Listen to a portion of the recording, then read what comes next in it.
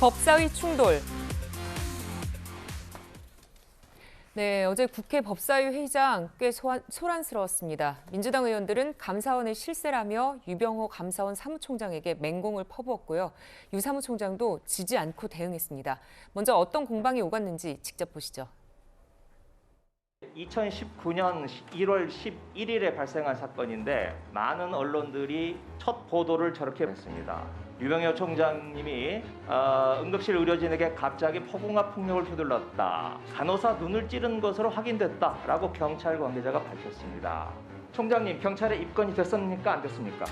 의료과실인데 본질은 아니요. 오신고해서 제가 드릴 답변 입건은 드리겠습니다. 오인 신고였다면 경찰이 입건을 했겠습니까? 지금 의원님께서 다른 사실이 아닌 것을 계속 말씀하고 계시죠. 위원장. 간호사분도 오해해서 미안하다 그러고 저도 번거롭게 해서 미안하다 그러고 그렇게 아름답게 끝났습니다. 간호사를 눈을 찌르고 그렇게 상해를 입힌 것에 대해서 그런 사실 끝까지 들어요. 없습니다. 그 기사들이 다 가짜예요? 그 사실관계가 맞아야 제가 답을 10여 할 거 건의 그 아닙니까? 기사 보도가 다 가짜예요? 그거 전부 오보고 사모님이 오보에 오신고에 감사를 그렇게 합니까? 그렇게 다 의원님께서는 지금 사람만 다안 개인 듣고 생명에 대해서 함부로 묻지 않습니까? 내가 믿을 만한 네 사람으로부터 확인한 내용입니다. 그 사람들이 그래서 사건 내용도 모르는데 뭘 믿는다는 그래서 설전이 대단했습니다. 자, 저렇게 서로를 향해 언성을 높인 박범계 의원과 유병호 감사원 사무총장은 이번이 초면이 아닙니다. 정확히 2년 전이었습니다. 국회에서 마주한 적이 있었는데요. 그때는 좀 어떤 모습이었을까요? 보시죠. 대선에서 41%의 지지밖에 받지 못한 정부의 국정과제가 국민의 동의를 얻었다고 할 수 있겠느냐. 한수원 사장이 할 일을 대통령이 대신한 것이다. 대통령이 시킨다고 다 하냐. 이런 발언하신 적이 있습니다. 그 내용은 사실과 조금 차이가 있습니다. 최재형 감사원장께서 본 의원의 질문 취지와 같은 발언을 한 적이 있습니까? 제가 그때 배석은 했는데 맥락은 이해하고 있습니다만 구체적 내용은 다 외지는 못합니다. 맥락은 그런 맥락이었습니까? 워딩 자체를 다 외지는 못합니다만 제가 맥락은 비슷합니까? 구체적으로 말씀드리면은 백 전 장관이 그 조리 있게 말씀을 좀 하지 못했던 제가 것 묻는 같습니다. 질문은 이와 같은 취지의 발언을 원장께서 하신 그 맥락은 비슷합니까? 저 의원님 대단히 취지는 죄송하지만 그때 발언 당사자인 원장 잠깐 계세요. 제 존경하는 예. 원장님 잠깐 계세요. 유병호 국장, 예, 이 맥락하고 비슷합니까? 정확하게 기억을 하지 못하고 있습니다. 맥락을 아까 안다고 그러지 않았어요? 그때는 백 전 장관 자, 그러면 감사원장께 다시 질문 드리겠습니다. 네, 앞서 보신 것처럼 2020년과 어제 분위기 완전히 달랐습니다. 이현정 의원님, 네. 2년 전과 지금 유병호 사무총장이 달라진 이유 뭘까요? 아무래도 이제 유병호 사무총장은 이번에 사실은 이제 감사원에서 어떤 면에서 보면 이 정권에서 정말 이번에 이 문재인 정부의 어떤 적폐청산이라고 할까요? 뭐 그런 것들을 강하게 어떤 좀 해달라고 하면서 사무총장을 임명한 분이거든요. 네. 그분이 옛날에 탈원전 관련돼서 월성원전. 월성원전 관련돼서 이 감사를 했던 분입니다. 네. 네. 당시 엄청나게 이제 외압이 있었는데 그 외압을 뚫고 이제 결국 문제가 있었다라는 것들을 이제 감사를 해냈거든요. 그러니까 이 감사원 내에서는 꽤 유명한 분입니다. 네. 굉장히 그렇군요. 배심도 있고 어떤 감사에 대해서 굉장히 소신이 있다라고 할 정도로 그래서 이제 저분을 이제 발탁한 거거든요. 이제 그러다 보니까 아마 지난번 이제 최재형 감사원장 시절에 저 이야기를 나눴다. 이번에 보면 본인이 굉장히 이제 이 부분에 대해서 강하게 이야기를 하지 않습니까? 굉장히 강하게 네, 어필을 예전에 합니다. 이제 아마 그런 예. 사건이 있었는데 결국 그 무혐의로 결론이 난 사건이에요. 네. 그러니까 간호사를 이제 눈을 찔렀다 하는데 이게 실수로 해서 이제 그런 일이 좀 벌어졌다는 것인데. 예. 그러니까 이제 그거에 대해서 집중적으로 이제 공격을 했고 지금 현재 중요한 감사들은 전부 다 이 유병호 사무총장이 지휘를 하고 있기 때문에 네. 아마 야당 의원들 입장에서는 유 사무총장을 향해서 굉장히 공격의 칼을 날세운 것 같습니다. 예.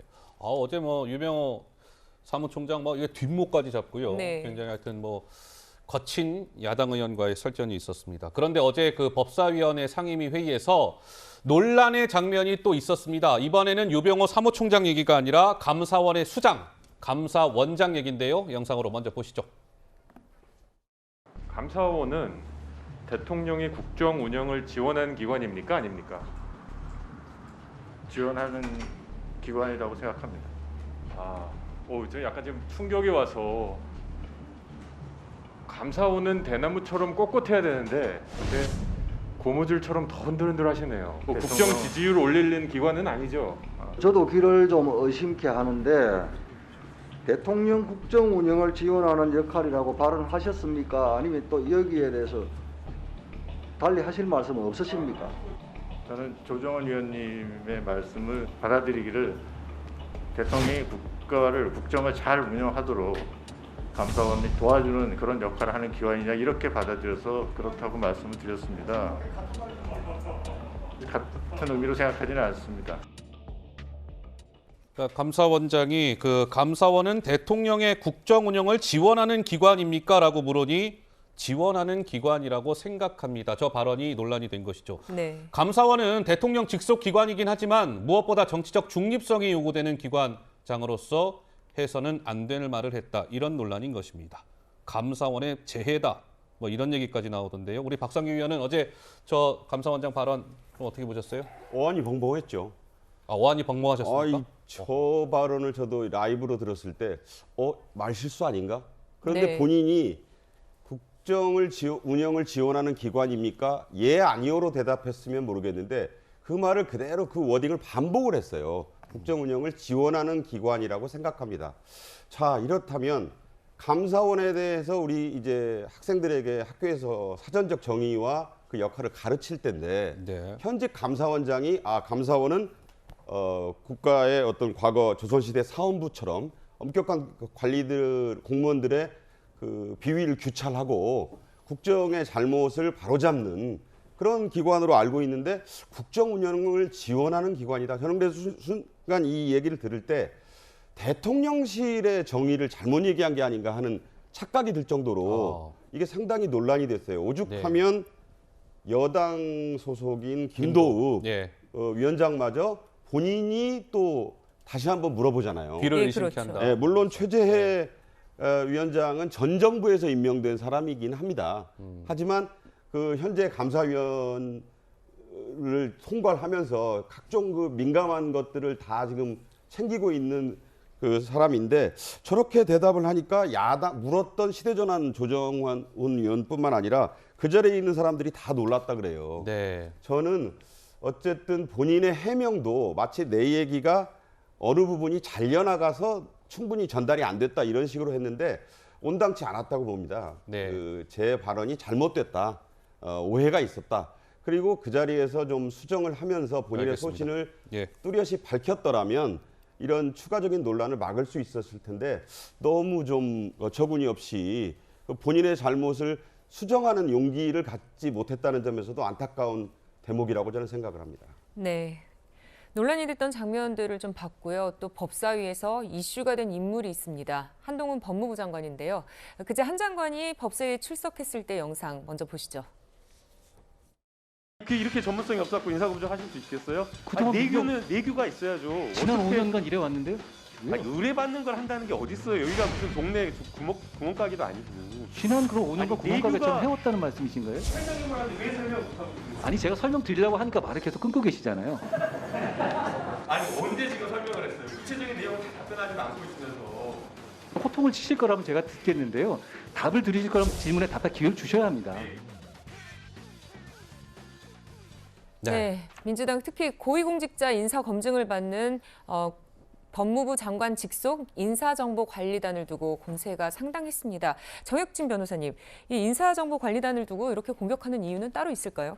글쎄요, 저는 사실 좀 납득이 안 되는 게 저게 네. 제가 찾아보니까 다 법적인 근거가 있거든요. 이게 예. 정부조직법과 국가공무원법에 따라 가지고 그 근거 규정이 있고요. 그 근거 규정에 따를 때 그 인사혁신처장은 대통령 비서실 및 법무부 장관에게 예전에는 그 법무부 장관 그 규정이 없었는데 그 대통령령을 바꿔가지고 대통령 비서실 말고 네. 법무부 장관에게도 인사와 관련된 그러한 역할을 할 수 있는 그런 근거 규정을 뒀거든요. 네. 그래서 네. 그거에 따라 가지고 법무부에서 인사정보관리단을 두고 일을 하겠다라고 한 거고 이미 이제 시행이 되고 있고 이제 대통령이 이제 임기가 시작된 지도 벌써 80일 가까이 됐는데 왜 이제 아직까지도 그 부분에 대해서 정리를 못하고 계속 그 꼬투리를 잡는지 거기에 대해서 이해가 안 되는데 네. 제가 굳이 어떤 생각이 드냐면 이게 그 정부에 대해서 국무위원 장관에 대해서 물으려고 한다라고 하면은 정부의 시책이나 그런 것들에 대해서 물어봐야 되는데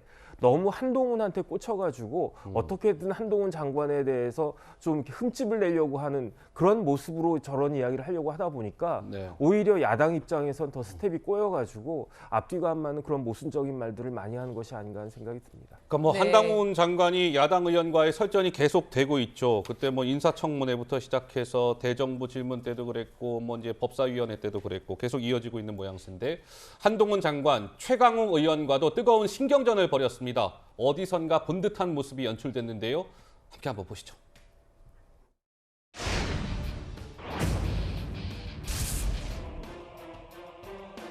지난번은 없었던 것 같다. 제대로 확인이나 하고 얘기하시라. 제대로 모르는 건 모른다고 하고. 아니요, 말씀드릴까요?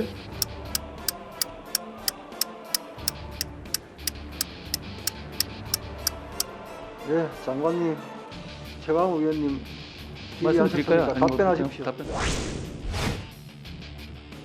백도 없는 말 하지 마세요. 저는 지금 검찰의 의견을, 인사 의견을 과거 어느 때보다도 많이 반영했다고 확신하고 있습니다. 검찰에 물어보셔도 저만큼 이번 인사처럼 확실하게 검찰의 의견을 반영한 전례가 없다고 말할 겁니다.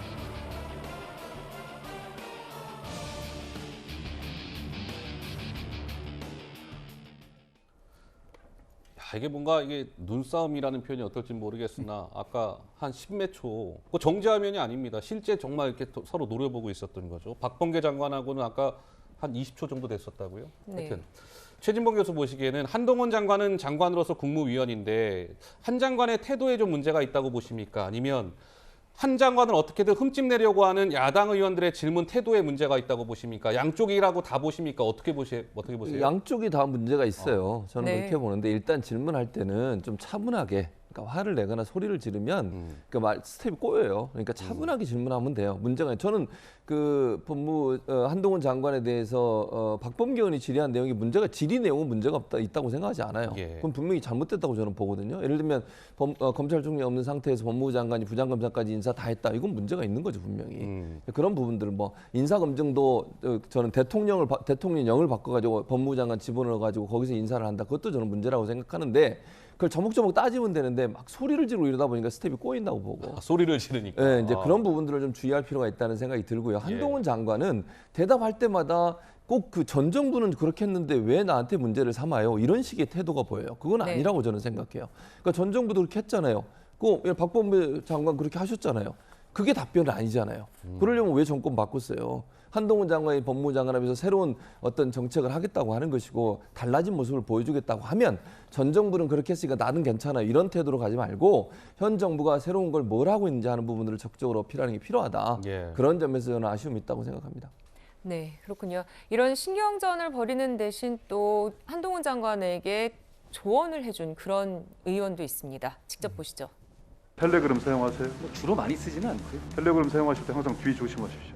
카톡은 쓰십니까? 특수부에 계실 때 칼을 잘 썼다 이런 것이 그때는 칭찬이 될 수도 있겠지만 법무부 장관으로서는 욕이 될 수도 있다 이런 말씀이십니다. 오래전 얘기입니다. 그림을 그린다, 소설을 꾸민다 익숙한 얘기시죠. 방송이나 등 이런 데서 많이 나오는데요. 저희가 쓰는 얘기는 아니었습니다. 옛날 얘기고 저는 그렇게 해본 적이 없습니다.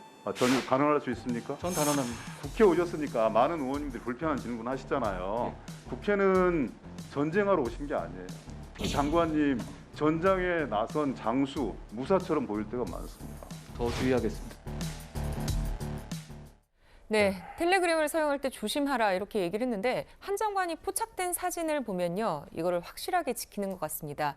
네, 보면요. 한동훈 장관 고개를 숙이고 있죠. 몸을 좀 웅크리는 것처럼 보면서 휴대폰을 보고 있고요. 또 휴대전화를 보는 권성동 대행 가리고 있고 또 이재명 의원 앞에다가 필름을 붙였다고 합니다. 그래서 어떤 문자가 떠 있는지 뭘 보는지 알 수 없게 그렇게 했다고 합니다.